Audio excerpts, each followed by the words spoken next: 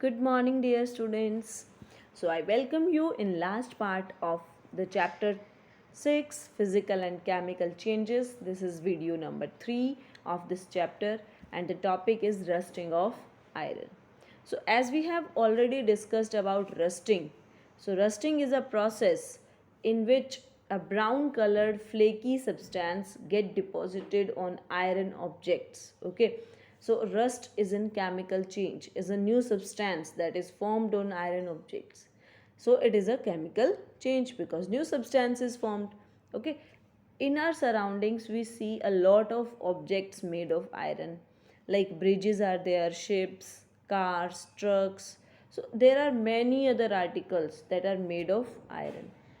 अब जब देखो हमारे आसपास में हम इतनी सारी चीज़ें देखते हैं आयरन से बनी हुई हैं, तो अब उनके ऊपर रस्टिंग भी होता है और रस्टिंग की वजह से जो मेटल है वो वीक हो जाता है, कमज़ोर हो जाता है. अब अगर मेटल कमज़ोर होता है तो इट मीन्स हमें लॉस हो रहा है फाइनेंशियली, ठीक है ना, क्योंकि जो हमारा ऑब्जेक्ट है वो ख़राब हो रहा है. ठीक है, उसके बाद हमें उसको रिप्लेस भी करना पड़ेगा, क्योंकि अगर वो वीक हो जाएगा तो वो वैसे हमें नुकसान करेगा, कि डैमेज हो जाएगा वो पूरी तरह से. ठीक है, तो इसीलिए जो मॉनेटरी लॉस है, मीन्स जो फाइनेंशियल लॉसेज हैं, they are huge due to rusting of iron. But what is this process of rusting? अगर हम केमिकली सोचें कि ये है क्या चीज़, तो केमिकली अगर हम इसको देखते हैं, रस्टिंग ऑफ आयरन को अगर आप बात करेंगे तो रस्टिंग ऑफ आयरन के अंदर क्या होता है बेटे? आयरन जो है जिसका केमिकली सिंबल होता है Fe, और जब ये ऑक्सीजन और वाटर के कांटेक्ट में आता है, जो दोनों ही एयर से मिलते हैं, like moisture is present in air. ठीक है, तो जब आयरन एयर और वाटर, या हम यूँ कहें कि ऑक्सीजन और वाटर के कांटेक्ट में आता है, तो जो रस्ट है, जो ब्राउन कलर का सब्सटेंस है, या केमिकली देखेंगे तो that is iron oxide. Okay, वो आयरन का ऑक्साइड है. सो ये जो सब्सटेंस बनता है ये रस्ट है. ओके, और रस्टिंग होने के लिए दो कंडीशंस बहुत इंपॉर्टेंट हैं, और वो दोनों कंडीशंस हैं ऑक्सीजन एंड वाटर. इन दोनों में से अगर एक भी चीज़ अगर नहीं मिलती है, अगर एक भी कंडीशन पूरी नहीं होती है, तो रस्टिंग नहीं होगी. ओके, तो अब हमें देखना है कि अगर एयर के अंदर मॉइस्चर का कंटेंट हाई है, अगर एयर के अंदर वाटर वेपर्स की अमाउंट ज़्यादा है, तो इट मीन्स ज़्यादा रस्टिंग होगी. एंड दैट्स वाई जो कोस्टल एरियाज़ हैं हमारे, लाइक जो सी के आसपास के जो एरियाज़ हैं, उन एरियाज़ में रस्टिंग ज़्यादा होती है आयरन की, क्योंकि उन एरियाज़ में एयर के अंदर मॉइस्चर का कंटेंट ज़्यादा रहता है, एयर में वाटर वेपर्स की अमाउंट ज़्यादा रहती है. तो ये तो अब हमने समझ लिया कि कैसे होता है और केमिकली इसको कैसे रिप्रेजेंट करते हैं. बट अब समझना ये है कि इसको प्रिवेंट कैसे करेंगे. तो इसको प्रिवेंट करने का सबसे सिंपल तरीका है अप्लाइंग ऑयल और ग्रीस. तो we should apply a layer of oil और grease on the iron object. या तो हमें उसको पेंट कर देना चाहिए, या उसके ऊपर ऑयल लगा देना चाहिए, या ग्रीस लगा देना चाहिए. सो ये तीनों ही जो मैथड्स हैं ना, बहुत सिंपल से मैथड्स हैं. ये मतलब आसानी से हम इनकी हेल्प से आयरन को रस्टिंग से प्रिवेंट कर सकते हैं. बट एक और मेथड है जो बहुत इम्पॉर्टेंट है और बहुत ही इफ़ेक्टिव मेथड है. तो उस मेथड में क्या होता है कि जो आयरन का ऑब्जेक्ट है उसके ऊपर हम किसी नॉन रस्टिंग वाले मेटल की एक लेयर डिपॉजिट करें, जैसे जिंक और क्रोमियम. ये दो ऐसे मेटल्स हैं बच्चे जिनकी रस्टिंग नहीं होती है. ओके, तो अब अगर हम आयरन के ऊपर इनकी वो लेयर डिपॉजिट कर दें एक पतली सी, तो आयरन भी प्रिवेंट हो जाएगा, क्योंकि आयरन इनके नीचे मतलब इन आयरन के ऊपर इसकी कोटिंग हो जाएगी, जैसे हम आयरन ऑब्जेक्ट्स के ऊपर पेंट की कोटिंग करते हैं, इन द सेम वे उसके ऊपर जिंक की कोटिंग हो जाएगी. और ये जो प्रोसेस है of depositing a layer of zinc on iron is known as galvanization. इस प्रोसेस को हम क्या कहते हैं? गैल्वेनाइजेशन कहते हैं. और गैल्वेनाइजेशन जो है मेनली या तो आयरन की पाइप्स में होता है जो वाटर कैरी करती हैं. ठीक है, जो आयरन की पाइप्स घरों में यूज़ होती हैं, या फिर कहीं भी मतलब वाटर को कैरी करने के लिए जो आयरन की पाइप्स यूज़ होती हैं, उनमें गैल्वेनाइजेशन होता है, ताकि हम क्योंकि देखो अब आयरन ने अगर वाटर को कैरी करना है आयरन की पाइप में हमने, तो आयरन हर टाइम वाटर के कॉन्टेक्ट में रहेगा, तो इट मीन्स रस्टिंग बहुत ज़्यादा हाई होगी. बट अगर हम उसको गैल्वेनाइजेशन कर देते हैं, तो गैल्वेनाइजेशन में क्या हो जाता है, जो आयरन है वो डायरेक्ट वाटर के कांटेक्ट में आता ही नहीं है.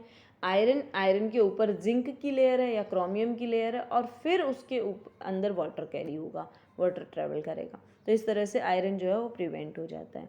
अब देखो, आपको पता है कि जो शिप्स हैं जो वाटर में मतलब हम लोग यूज़ करते हैं, they are made of iron, और उनका एक पार्ट, एक हिस्सा जो है हमेशा वाटर के अंदर रहता है। जो नीचे का उनका पार्ट होता है वो हमेशा वाटर के अंदर रहता है, और एक पार्ट जो है उनका वाटर के ऊपर भी रहता है। लेकिन वाटर जो है फिर भी उसके जो ऊपर वाला पार्ट है उसमें भी रहता है, क्योंकि सी की जो एयर है, सी के आसपास की जो एयर है, उसमें मॉइस्चर का कंटेंट भी ज़्यादा होता है, ठीक है, रेन्स भी ज़्यादा होती हैं।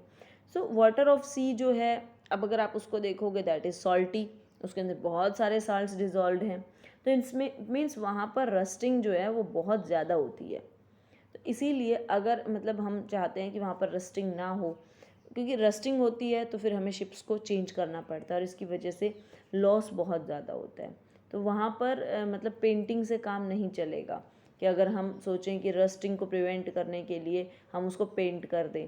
तो इसीलिए मतलब ज़रूरी क्या है कि वहाँ पे शिप्स को, हमें आयरन के जो शिप्स हैं उसको रिप्लेस करना पड़ता है हर साल, और इसकी वजह से मॉनेटरी लॉस, जो पैसे का लॉस है, वो बहुत ज़्यादा होता है। ठीक है, तो इसका फिर मेथड क्या है कि गैल्वेनाइजेशन करके हम उसको प्रिवेंट कर सकते हैं। Okay, so this is done. I hope rusting of iron is clear to you. So next जो टॉपिक है बच्चे हमारा, that is crystallization. So crystallization के अंदर हमने क्या करना है, जैसे क्लास 6th में हमने ये समझा था कि सी वाटर से सॉल्ट कैसे ऑब्टेन करना है। तो उसमें हम क्या करते थे, सी वाटर को कलेक्ट करेंगे और उसके बाद में उसमें से जो वाटर है वो इवेपोरेट हो जाएगा, बट जो साल्ट्स हैं वो they will be left behind. तो जो साल्ट्स हमें उस फॉर्म में मिलते हैं, they are not pure because they are mixed with many impurities. Okay, तो अगर हम उसको प्योरीफाई करना चाहते हैं तो we can follow the process of crystallization. तो किसी भी सब्सटेंस को उसकी प्योर फॉर्म में ऑब्टेन करने के लिए हम क्या कर सकते हैं, क्रिस्टलाइजेशन का प्रोसेस फॉलो कर सकते हैं। तो अब जैसे मेरे पास में, अब आप पिक्चर में देख सकते हैं यहाँ पर जो हम लोगों ने लिया हुआ है, इस पिक्चर के अंदर ये है थोड़ा सा कॉपर सल्फेट, जिसके बारे में हमने पहले भी बात की थी। This is copper sulphate. Okay, हमने क्या करना है बेटा, इस कॉपर सल्फेट को वाटर के अंदर डिजॉल्व करना है, and then we have to add a few drops of dilute sulphuric acid. उसके अंदर थोड़ा सा 1 या 2 ड्रॉप्स डाइल्यूट सल्फ्यूरिक एसिड हमने ऐड करना है, and then we have to heat this water. Solution बन जाएगा जो ब्लू कलर का होगा। ठीक है, यही सेम हमने समझा था बेटा, same reaction, same copper sulphate हमने यूज़ किया था केमिकल चेंज के टाइम भी। वहाँ पर भी हमने देखा था कि ये ब्लू कलर जो होता है इसका, वो चेंज हो जाता है ग्रीन कलर में जब हम इसमें आयरन ऐड कर देते हैं। बट यहाँ हमें आयरन ऐड तो नहीं करना है, लेकिन हमें क्या करना है, इसको अब हीट करना है। So we will heat the water, and when the water will start boiling, तो हमने क्या करना है, जो पाउडर्ड कॉपर सल्फेट है हम देखेंगे वो उसके अंदर ऐड करते चले जाएंगे थोड़ा थोड़ा करके, और सॉल्यूशन को स्टिर करते जाएंगे, मीन्स मिक्स करते जाएंगे।